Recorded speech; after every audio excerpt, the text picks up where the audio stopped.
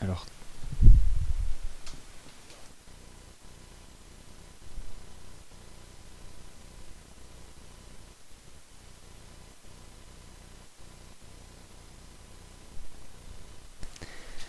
bonsoir à toutes et à tous, bienvenue sur dailyfx.fr, bienvenue à cette session spéciale pour la dernière réunion du comité de politique monétaire de la Réserve fédérale des États-Unis. Vincent Gann pour vous retrouver ce soir.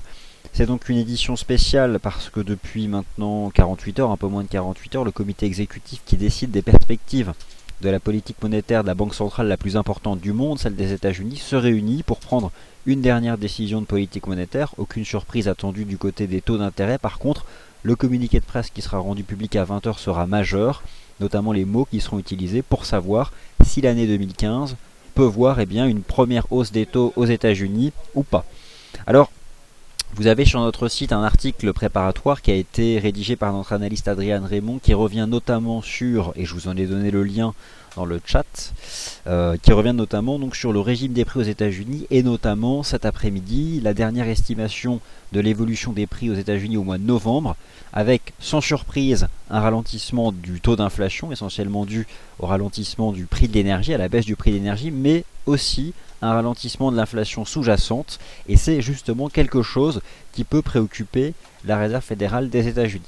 Alors justement, nous allons revenir en préparation de cet événement, puisque nous avons deux choses importantes ce soir. D'une part, un communiqué de presse qui sera rendu public à 20 heures et que nous allons découvrir ensemble, et d'autre part, une conférence de presse qui commencera à 20h30.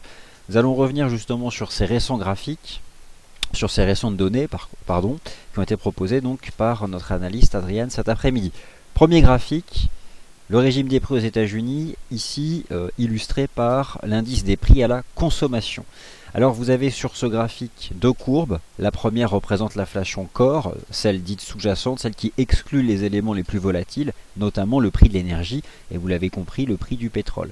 Et l'inflation, elle, globale, qui intègre les éléments les plus volatiles, notamment celle du pétrole. Sans surprise, au mois de novembre, recul de la croissance des prix, en tenant compte de la baisse du prix de l'énergie à 1,3%, mais recul peut-être un peu plus surprenant de l'inflation dite sous-jacente, l'inflation socle un peu, celle qui exclut justement le prix de l'énergie. Donc 1,7%, je vous rappelle que la cible d'inflation de la Fed se situe à 2%, donc nous nous en éloignons.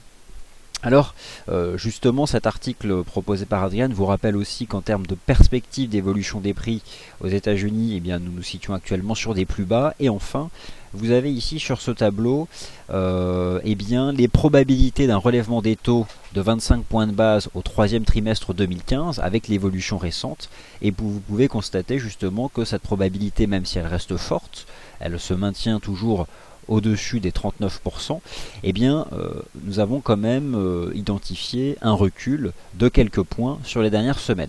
En clair, la question que nous pouvons nous poser, c'est est-ce que, en rapport avec ces nouvelles données d'évolution des prix, et pas seulement que la baisse du prix du pétrole, est-ce que la Fed va modifier son communiqué de presse? Va-t-elle à nouveau évoquer que les taux resteront bas durant une période considérable?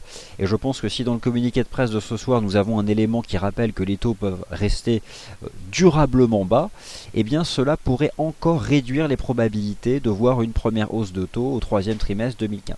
En tout cas, cela serait de nature à faire baisser le dollar US, qui a bien monté d'ailleurs aujourd'hui et qui revient tester des niveaux de résistance. Alors ça, c'est une première chose, les mots qui seront utilisés. Je pense que ça fait 2 jours que l'équipe du communiqué de politique monétaire de la Fed, le FOMC, justement étudie les bons mots à utiliser, et puis donc à partir de 20h30 une phase de questions-réponses. Voilà donc pour cette introduction, je pense que le son et l'image fonctionnent normalement. Avant cela, je vous rappelle que nous avions donc ce soir à partir de 18h, et on en parle très brièvement, le premier tour du scrutin présidentiel en Grèce. Il s'agit donc des parlementaires qui votent pour élire le président de la Grèce. Il y a 3 tours, pourquoi? Parce qu'il faut un certain consensus pour se mettre d'accord. Il n'a pas été atteint aujourd'hui, et donc la balle est renvoyée au second tour qui aura lieu mardi 23 décembre prochain. Il n'y a pas eu de réaction violente sur les marchés financiers, mais en tout cas toujours une forme d'incertitude qui peut durer jusqu'à la fin de l'année, puisqu'il reste 2 tours, le mardi 23 décembre et si je ne me trompe pas, le lundi 29 décembre Si le lundi 29 décembre, un consensus de 180 voix n'est pas trouvé, eh bien, il y aura des élections législatives anticipées pour renouveler le corps parlementaire et ensuite reprendre le scrutin présidentiel. C'est complexe, mais en tout cas, voilà comment cela fonctionne. Alors, où accéder au communiqué de presse en temps réel? Eh bien écoutez, comme moi, nous allons le retrouver ici sur le site de la Réserve fédérale des États-Unis qui est particulièrement efficace. Je vais donc vous donner ici le lien vers cette page. Et je vais vous expliquer comment cela fonctionne. Vous avez sous les yeux donc le calendrier des réunions de ce comité depuis 2014. La dernière réunion, celle du 29 octobre, n'a pas vu de conférence de presse. Une fois sur deux, il y a une conférence de presse. Donc ce soir, il y a une conférence de presse, si tout va bien. Nous sommes le 17, donc il y a une conférence de presse, hein, voilà, on me le confirme, à 20h30, c'est sûr. Et donc, ce communiqué de presse, statement, ici en anglais, apparaîtra pile poil ici à 20h. Vous allez avoir cette ligne avec un lien de redirection. Vous allez cliquer ici sur statement et vous allez accéder, comme moi, à un document d'une page. Et on va se concentrer justement sur les perspectives de taux d'intérêt parce que je vous rappelle que le programme d'achat d'actifs, le quantitative easing, lui, n'existe plus. Et désormais, le marché se concentre sur les perspectives de taux d'intérêt et surtout la lecture que la Réserve fédérale a des perspectives de croissance économique, des perspectives d'évolution du marché du travail, etc. etc. Un ensemble d'éléments qui lui permettent de faire évoluer dans le temps donc, ces taux d'intérêt. Voilà donc pour cette introduction fondamentale. Nous n'irons pas plus loin, ça ne sert à rien de s'attarder. Revenons donc sur les actifs de marché. Alors, que s'est-il passé aujourd'hui? Ce que vous avez sous les yeux, ce sont justement un zoom sur les tout derniers chandeliers du dollar américain ici, concrètement les chandeliers de cette séance du mercredi 17 décembre. Vous avez sous vos yeux les bougies japonaises 4 heures et en effet, il s'avère que depuis hier en fait après-midi, le dollar américain est plutôt acheté. Il est plutôt acheté et cet après-midi, le ralentissement de l'inflation sous-jacente n'a d'ailleurs pas interrompu cette hausse du dollar US. Le marché, selon notre indice Dow Jones FXM Dollar Index, revient au contact d'un important niveau ici qui se trouve à 11 454 points. C'est une résistance et donc clairement c'est la clé, c'est le pivot. Clairement si le marché échoue ici sous résistance, cela signifiera que le dollar US sera vendu et mécaniquement permettrait donc un rebond de la paire euro-dollar au-dessus des 1,24 $. On étudiera aussi le cas du GBP USD ou encore de l'USD Yen et finalement de toutes les paires en dollars. On avait eu quand même hier, en première partie de session européenne, plutôt des signaux vendeurs sur le dollar américain qui ont été très rapidement neutralisés. Donc franchement, c'est pas évident de vous répondre. Ce que moi je sais, c'est qu'avant cet événement, nous sommes là sous résistance, mais qu'une résistance peut être franchie. En tout cas, sous résistance, il est difficile d'envisager un achat. Donc vous avez déjà une partie de la réponse, à moins que cette résistance soit franchie. Et dans ces cas-là, forcément, le scénario serait contraire. Je vous ai montré ça tout à l'heure. Il s'agit du dollar américain selon un autre indice de devise qui pondère un peu plus l'euro-dollar, nettement plus d'ailleurs. Et en effet, nous avons depuis hier, ici en données journalières, une réaction au contact d'une ligne de tendance haussière en place depuis le 18 août 2014. En clair, d'une certaine façon, tant que le dollar américain reste dans ce canal, on peut envisager de nouveaux plus hauts. Mais ce qui serait important, et ce qui serait vraiment nouveau, c'est de le voir en sortir par le bas. Aujourd'hui par exemple, et dans ces cas-là, on aurait vraiment quelque chose de favorable pour la suite des événements. En tout cas, je pense que la dynamique des 2 prochaines semaines se joue clairement ce soir. En clair, le chandelier de clôture journalière de ce soir nous donnera la direction du marché, en tout cas du dollar américain, je pense, lors des prochaines semaines. Voilà donc en ce qui concerne le dollar américain qui se trouve donc sous cette résistance pour le moment à 11 453. L'euro-dollar, forcément aujourd'hui, s'est déprécié depuis hier après-midi, après avoir atteint un objectif de cours que nous avons souligné à 1,2570. Je vous rappelle notamment ici le passage d'une moyenne de mobile de long terme que Adrian vous avait montré, qui passait pas loin des 1,2240 et qui a permis donc une reprise en direction des 25,70. Maintenant, doit-on considérer que le niveau des 1,24 1,2390, 1,24 fait office de support? Nous aurons tout à l'heure la réponse. En tout cas, l'euro-dollar était sous résistance hier, le revoilà ici à proximité d'un niveau de support. Qu'en est-il maintenant du S&P 500? Et puis ensuite, on prendra le temps, on a du temps pour envisager la suite des événements. Le SP500 consolide clairement depuis la session du 5 décembre. Il tente de former un support au-dessus des 1968 points. Il évolue toujours dans un canal de baisse depuis le 7 décembre. Clairement, tant qu'on reste à l'intérieur, c'est complexe. Par contre, on en sort par le haut et il y a une capacité de se reprendre en direction des sommets historiques qui se trouvent à 2080 points. Il y a quand même du chemin à faire et je dirais que tant qu'on reste dans ce canal, eh bien, on a un risque de rejet comme on a eu hier. On a tenté d'accélérer et puis finalement on a bloqué aux alentours des 2020 points. Donc c'est probablement le seuil important à surveiller, les 2020 points sur le SP500 pour savoir si ce marché peut se reprendre d'ici la fin de l'année. Brièvement 2 minutes avant d'avoir le communiqué de presse. Depuis maintenant 48 heures, les indices européens sont rentrés dans une phase de rebond technique dont le point de départ a été donné par la séance d'hier qui avait en elle des caractéristiques qui rappellent la séance du 16 octobre. C'est quand même un peu moins punchy.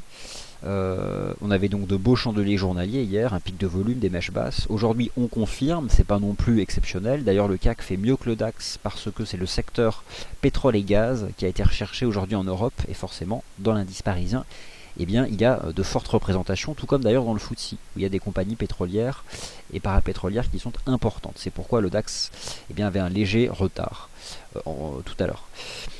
Donc le CAC, c'est plutôt sympathique et en gros, il va falloir confirmer sur le court terme le franchissement des 4100.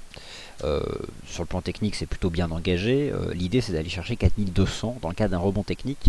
4200, ce serait un bel objectif de cours, quoi. Donc voilà.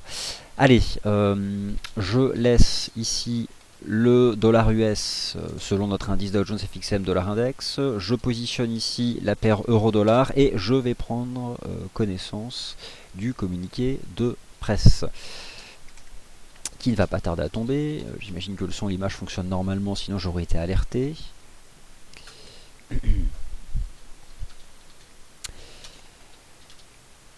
Donc voilà, je vous invite aussi à continuer de suivre la section news en temps réel où vous allez retrouver donc un certain nombre d'informations. Et puis nous allons donc voir la réaction donc sur les cours. Alors, on va actualiser la page.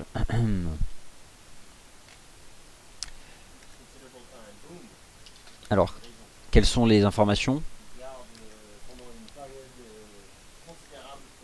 Alors, donc, voilà, nous avons cette fameuse mention. Dans le communiqué de presse de la Fed, sont précisés que les taux d'intérêt resteront durablement bas pendant une période très longue. Alors, que se passe-t-il ? On voit que c'est volatile, puisque dans un premier temps, le dollar américain accélère, mais reste sous résistance. Alors, clairement, le fait que soit mentionné dans ce communiqué de presse que les taux resteront durablement bas, à terme, c'est plutôt, je dirais, voici, donc voilà, nous avons le communiqué de presse, c'est parti.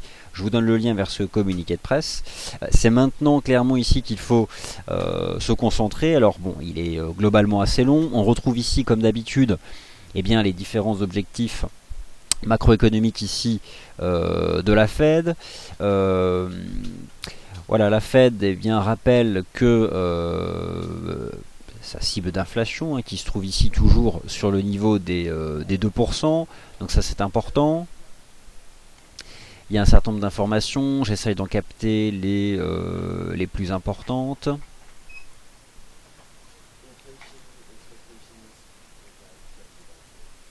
Alors, les anticipations d'inflation sont légèrement revues à la baisse.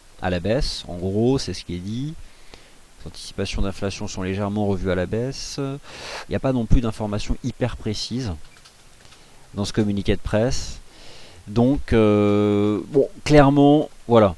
La Fed rappelle finalement ce que nous avons constaté cet après-midi, qu'il y a eu une décélération de la croissance des prix. Et donc, voilà, impact immédiat, baisse du dollar US. Alors, forcément, je vous rappelle que le fait que la Fed mette en avant un ralentissement des anticipations d'inflation, cela est de nature à reporter encore dans le temps une première hausse des taux aux États-Unis. Et donc, si cela se confirme, c'est de nature à faire se déprécier le dollar US sur le marché d'échange. Donc nous avons un dollar US qui subit le premier impact de ce communiqué de presse et donc forcément au contraire l'euro dollar qui lui rebondit violemment donc sur son support des 1,24.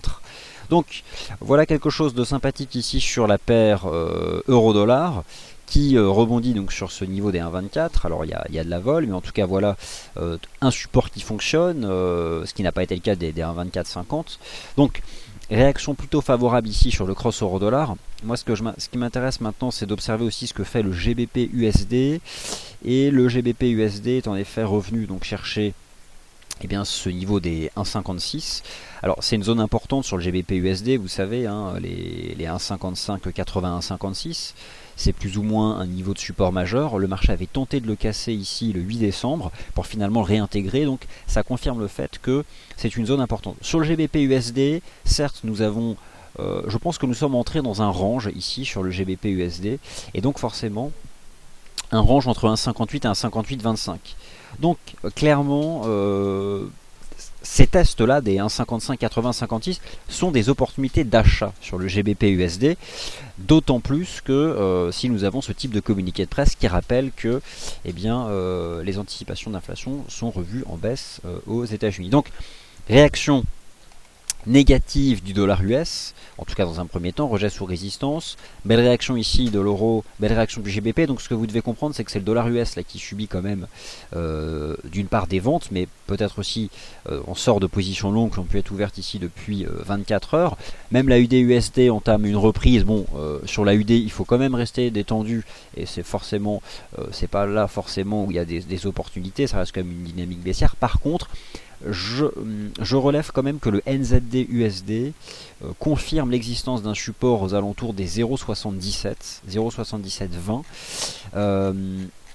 Là aussi, je pense que maintenant on peut avoir sur le NZD USD une forme de lecture en range ici entre 0,7660 et 0,79. Bon, ce n'est pas aussi intéressant que le GBP USD. Non, honnêtement, si le scénario serait de chercher plutôt des ventes sur le doll US, je pense que c'est le GBP USD au contact des 1,56 qui me semble le meilleur candidat. Alors les choses peuvent tout à l'heure changer avec le communiqué de presse de la Fed, mais en tout cas je vous invite à exploiter des retours sur le GBP USD. C'est là finalement on peut avoir le plus de conviction dans cette zone. Tout retour en fait du câble sur un 55, 80, 56 $. Me semble être ici une bonne opportunité. Alors tout à l'heure on a pu aussi observer une début de baisse sur le cross de devise USD CAD qui traduisait en fait essentiellement une reprise du dollar canadien, probablement en rapport avec ce qui s'est passé tout à l'heure en fin de session européenne sur les cours du pétrole qui sont entrés dans une phase de rebond technique. Je vais vous en parler du pétrole. Il y a probablement un signal de court terme qui a été donné. Qu'en est-il donc du cross USD CAD? Alors le cross USD CAD, déjà nous avons un objectif qui a été atteint, un 17. Je continue de penser que c'est une paire de devises qui est quand même en tendance, qui est bien orientée.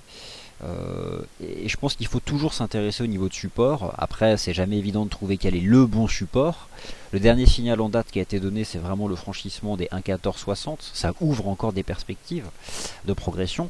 Là, j'observe quand même que l'USD CAD est en train de travailler une ligne de tendance et qu'il réagit plutôt bien là, dans un premier temps. Donc, je pense que il faut continuer ici de chercher des positions longues ici sur ce marché. Alors, on voit qu'il y a de la vol sur le dollar US. Dans un premier temps, rejet sous ces 11 454. Je pense que quand on a un événement comme ça, pour savoir vraiment comment le marché digère un événement de cette nature, forcément, on a besoin d'une clôture D1. Je pense que le cours de clôture finit par trancher entre les premiers coups de sang. L'information brute, elle arrive, on la digère. Et voilà quoi. Donc, pour l'instant, il y a énormément de vol ici sur le dollar US. Dans un premier temps, un rejet. On repart ici à l'assaut de la résistance. On voit que la situation est quand même globalement complexe. Alors, vous avez ici, je pense que vous l'avez lu, donc ce communiqué de presse. Clairement, moi, ce que j'en retiens dans un premier temps, c'est donc ce que nous avons constaté tout à l'heure, un ralentissement donc de la croissance des prix ici aux États-Unis et notamment du côté de l'inflation sous-jacente, ce qui est quelque chose de plus inquiétant. Et je pense que désormais la probabilité de voir une première hausse de taux au premier trimestre 2015 devrait continuer de baisser.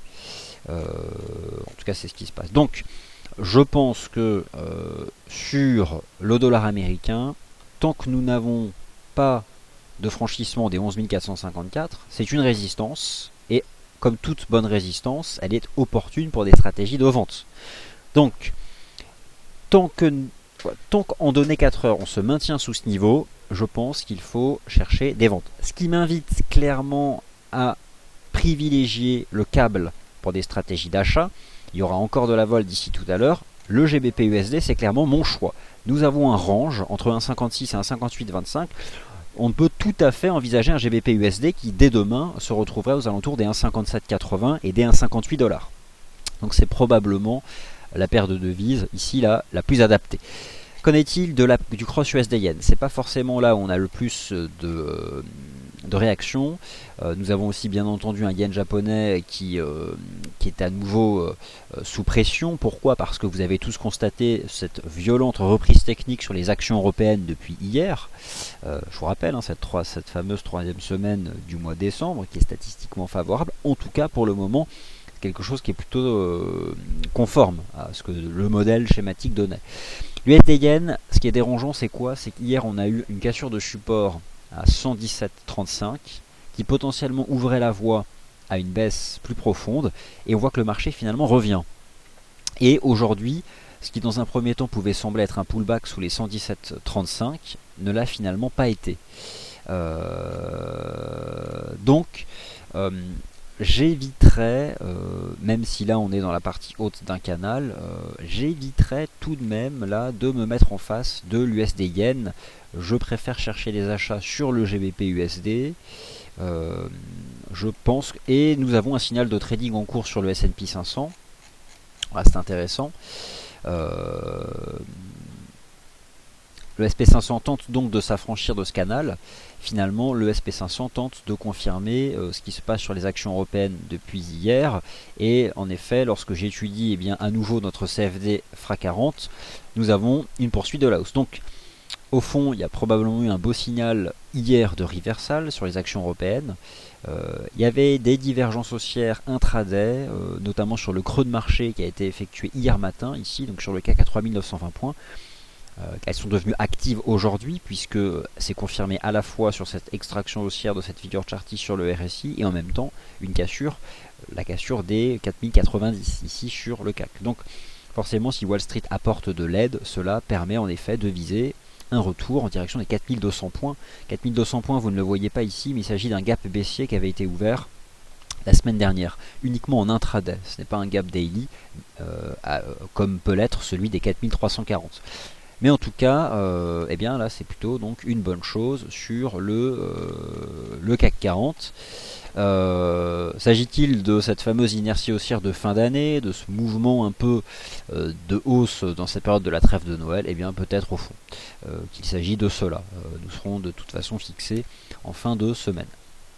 Donc, ce que nous pouvons dire, c'est que le dollar américain reste sous résistance et qu'il est vendu sous résistance.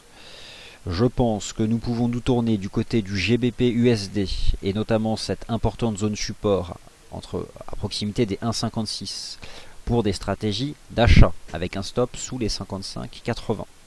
En ce qui concerne le cross euro-dollar, on voit que c'est forcément moins évident, c'est moins attractif que le GBP USD, mais malgré tout, la zone des 1,2380, des 1,24 $, c'est quand même une zone de support ici sur la paire de devises euro-dollar. Donc, qui dit support dit stratégie d'achat. Qui dit résistance dit stratégie de vente. Je pense que ça c'est une des bases de l'analyse technique. Alors, le DAX confirme le signal de trading qui a été donné cet après-midi par la cassure haussière des 9540 points. Le momentum s'est extrait d'ailleurs par le haut d'une configuration en biseau descendant, ici sur les graphiques intraday. C'est un signal qui permet d'envisager un rebond du DAX en direction des 9733 points, dont la traduction se trouve à 4200 points sur l'indice CAC 40. Donc voilà, nous sommes dans un rebond technique de court terme et qui donc prend le chemin pour probablement se déployer sur l'ensemble de la semaine. Nous verrons bien tout à l'heure avec la conférence de presse de Madame Janet Yellen. Il y a un indice qui est intéressant pour la suite des événements.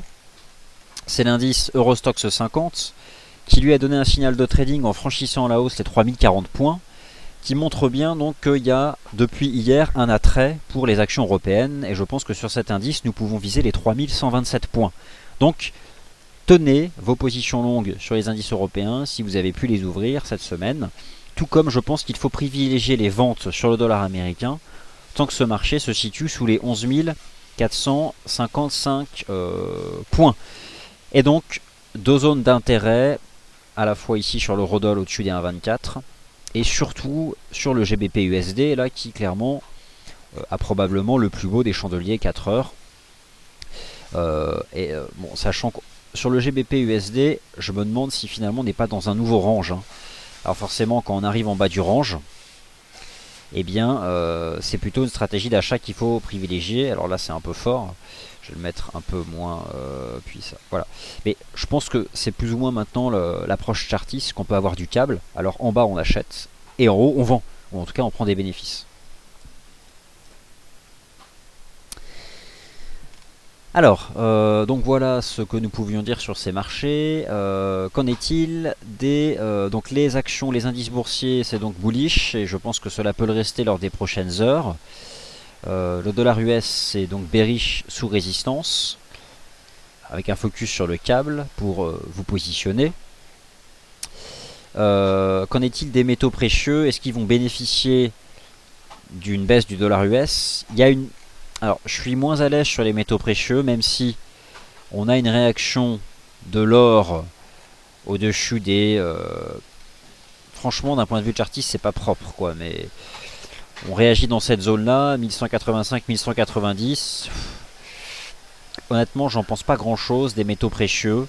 C'est ce dont je vous ai expliqué. Donc, je pense qu'il y a probablement d'autres actifs beaucoup plus directionnels ici qui me semble intéressant, et clairement la vente de l'US à travers les achats d'euro-dollar ou clairement les achats du GBP USD. Alors avons-nous finalement ce fameux rallye de Noël? En tout cas, le CAC a passé de 3920 à 4150 dans cette fameuse seconde quinzaine du mois de décembre. Ça en prend le chemin.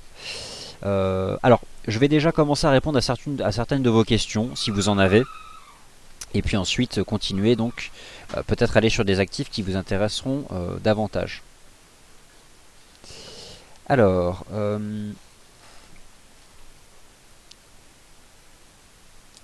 nous avons parlé des indices boursiers. Ceci, voilà, donc les indices boursiers, cela a été évoqué. Amandine, vous êtes à l'achat sur le Dow Jones et vous gagnez 120 points, eh bien c'est une bonne chose. Je pense que vous avez à 17 427 points quand même une résistance pour prendre des bénéfices. Mais c'est bien. Honnêtement, j'aurais du mal à dire à part... Alors il y avait quand même un support sur Dow Jones à 17 000. Bon, maintenant il faut rester quand même calme. Les indices US, il n'y a pas non plus de gros signaux qui sont donnés maintenant, on verra la clôture, mais en tout cas là sur le court terme ça monte, c'est clair. Mais c'est moins punchy que les actions européennes. Pourquoi? Parce que la semaine dernière, ce sont vraiment les actions européennes qui se sont rétamées. Le CAC notamment qui a perdu 7%. Alors, voilà. Alors bon, Benoît, vous nous indiquez que les taux d'intérêt sont maintenus à 0,25, c'est sans surprise, car je vous rappelle, et je vais vous montrer ce slide, à nouveau ce slide qu'a préparé Adriane, qu'en réalité l'enjeu c'est quoi? C'est ce fameux taux de 0,25 va-t-il augmenter en 2015? Et vous constatez que les toutes dernières probabilités donnent un passage de 0,25 à 0,50 au troisième trimestre 2015 à hauteur de 39% de probabilité. Je pense qu'avec le communiqué de ce soir, ça devrait encore baisser. Et que ça ne m'étonnerait pas qu'on tende, je sais pas, qu'on perde encore 2-3 points. Donc, lors des prochaines semaines. Alors, merci Fabrice. Alors les marchés actions, nous les avons envisagés. Merci Fabrice pour ce retour sur les indices. Et les fameuses paires en yens. Alors, si les indices boursiers sont recherchés, eh bien, alors, lorsque je regarde l'USD yen, vous voyez que c'est compliqué parce que le dollar US est quand même vendu. Donc dans l'USD yen, il y a USD, et c'est vrai que là on reste sous cette ligne de tendance baissière en place depuis le 7 décembre. Je pense que parmi les paires en dollars, ce soir l'USD yen, il y a beaucoup mieux à faire. Clairement, le dollar US est actuellement vendu face aux devises européennes. Donc, si vous cherchez des stratégies d'achat, elles sont clairement du côté soit de vente USD CHF, ou vraiment la meilleure de toutes, c'est le GBP USD ou encore l'eurodoll, sur des zones dont nous avons parlé tout à l'heure. Alors après, le NZD USD ne manque pas d'intérêt, mais au-dessus des 0,77, mais clairement j'ai une préférence pour le CAD. Alors en effet, sur ces actions européennes, ça a été complexe. J'avais produit en début de mois une étude statistique montrant que la première quinzaine était défavorable. Je pense que nous avons eu une première quinzaine défavorable, mettant en avant le fait que ce fameux rallye de Noël était concentré sur la troisième semaine de trading, qui cette année se déploie la semaine du 15 décembre. Donc, pour le moment, eh bien, nous avons un CAC 40 du mois de décembre 2014 qui tend à s'approcher du modèle schématique. Voilà donc pour le moment où nous en sommes.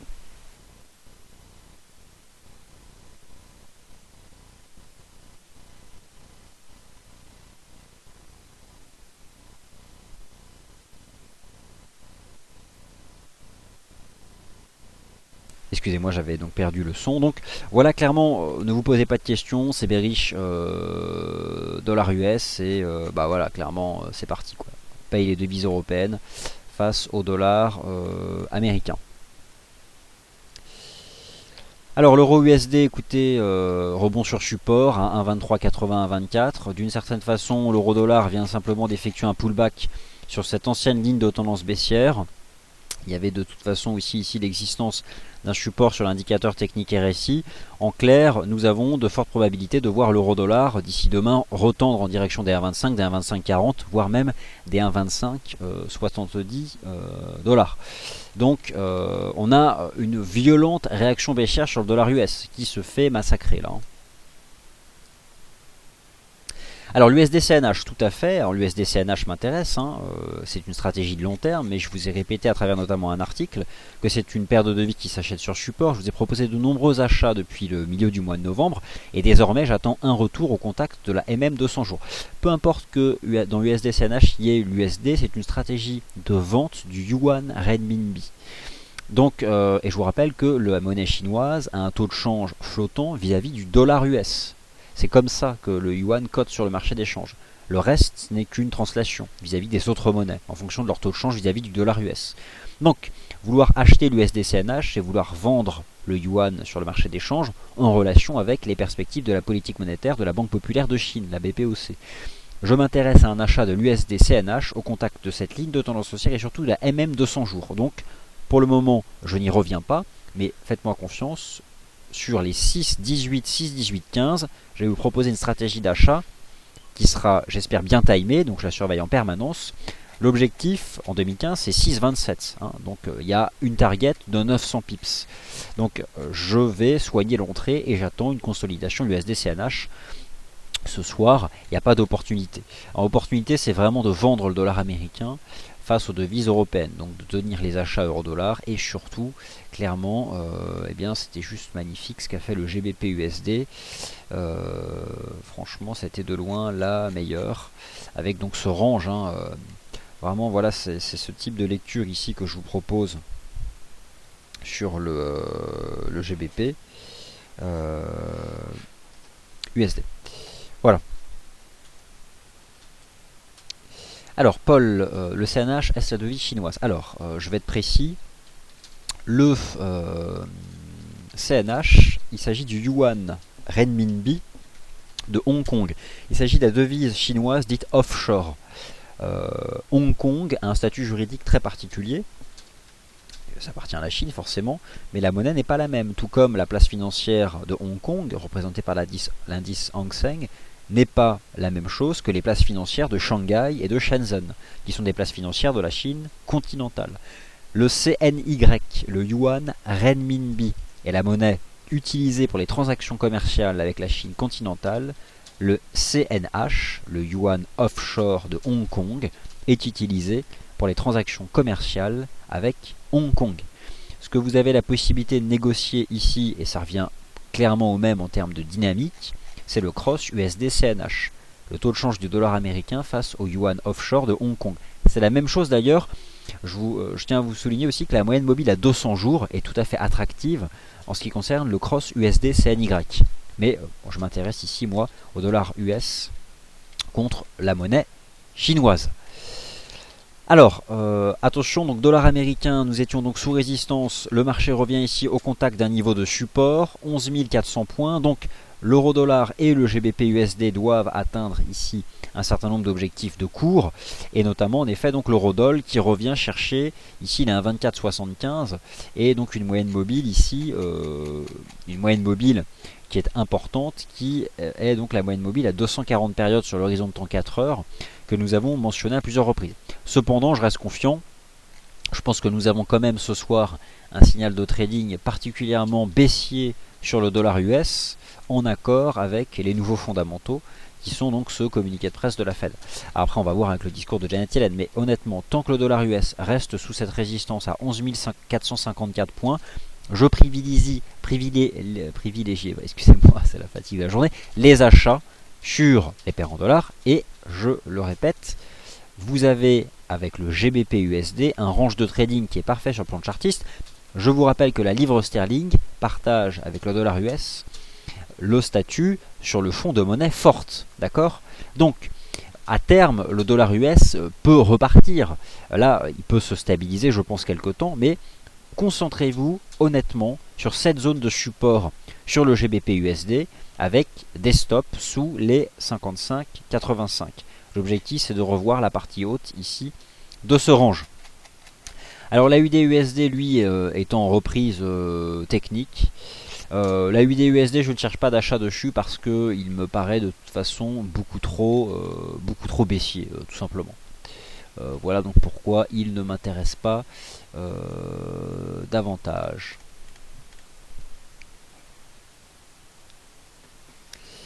Alors, en effet, Amandine. Alors, est-ce que un 25, on s'en est approché? Oui, je pense que on peut tout à fait y revenir hein, sur ce niveau des 1,25. Hein.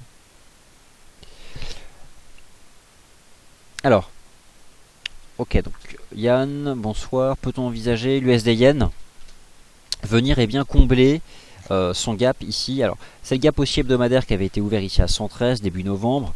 Honnêtement, j'en doute. Il faudrait clairement un scénario bearish sur les marchés actions pour envisager un cross USD-Yen susceptible de revenir combler ce gap. Et clairement, je pense que nous avons eu ce mois de décembre l'essentiel du choc. Un beau choc la semaine dernière. Regardez tout de même, malgré la baisse de 7% des actions européennes la semaine dernière, on a eu une forme de résilience haussière de l'USD-Yen. Je ne shorterai pas l'USD-Yen car plus que le dollar US, nous avons une corrélation au marché actions. Donc, si vous souhaitez vendre le dollar US, achetez du GBP USD, achetez de l'euro dollar. Mais, clairement, ne shortez pas l'USD Yen.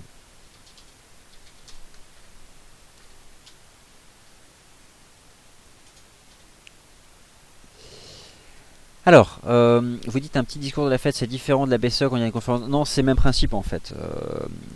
Lorsqu'il y a une décision de politique monétaire de la Banque Centrale Européenne, elle a lieu à 13h45 et Mario Draghi, son gouverneur, propose une conférence de presse à partir de 14h30. Là, nous avons à 20h, heure de Paris, le communiqué de presse de la Réserve fédérale des États-Unis et à 20h30, la conférence de presse de Mme Janet Yellen, une phase de questions-réponses qui va durer 1 heure, qui va se déployer entre 20h30 et 21h30, heure de Paris, et qui finira d'achever la session américaine, qui clôture à 22h, hein, avec la clôture des marchés actions cash à Wall Street.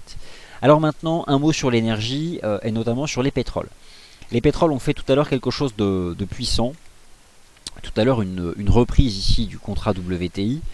A-t-on donné un signal de trading sur le pétrole? Il est possible qu'à court terme, nous ayons donné un signal de trading sur le pétrole. D'ailleurs, je pense que désormais, eh bien, ce niveau des 55,90 fait office de support ici sur les cours du WTI. Et je pense que on peut désormais envisager tant qu'on se maintient au-dessus des 55,90, eh bien, un rebond technique des cours du brut US, ici en direction des 63 $. Ceci est de nature, vous le savez, à soutenir le secteur pétrole et gaz en Europe, dont vous avez notamment dans le CAC 40 la représentante Total. Je vous ai conseillé hier, via un article sur notre site et dans l'émission de trading, une opportunité d'achat qui était parfaite sur les cours du titre Total. Ce marché est revenu au contact d'un point d'achat de moyen long terme hier à 38,25 €. Là, je m'adresse à ceux qui sont détenteurs d'un compte titre ordinaire. Je rappelle qu'au niveau actuel des cours, Total présente un rendement annuel de plus de 6%. C'est la première capitalisation boursière française. Elle est revenue sur support majeur. Elle pèse 10% du CAC. Le pétrole est en rebond technique. D'ailleurs, aujourd'hui, Total est leader du CAC 40.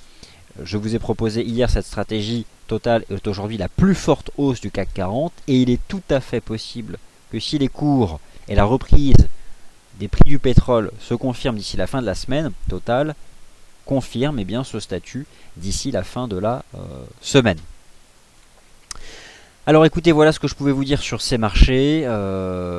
Privilégier des ventes du dollar américain tant que ce marché se maintient ici sous cette résistance à 11 454 points. Je vous remercie d'avoir participé à cet ultime point de marché. Demain, vous retrouvez les émissions habituelles. Good Morning CAC 40 Morning Meeting. Je vous retrouve demain après-midi. Je vous souhaite à tous et à toutes une excellente soirée. J'espère que cela vous a plu ou pas. En tout cas, on essaye de faire au mieux. Et je vous espère donc demain nombreux dans l'émission Wall Street Insider à partir de 15h15. Merci à tous.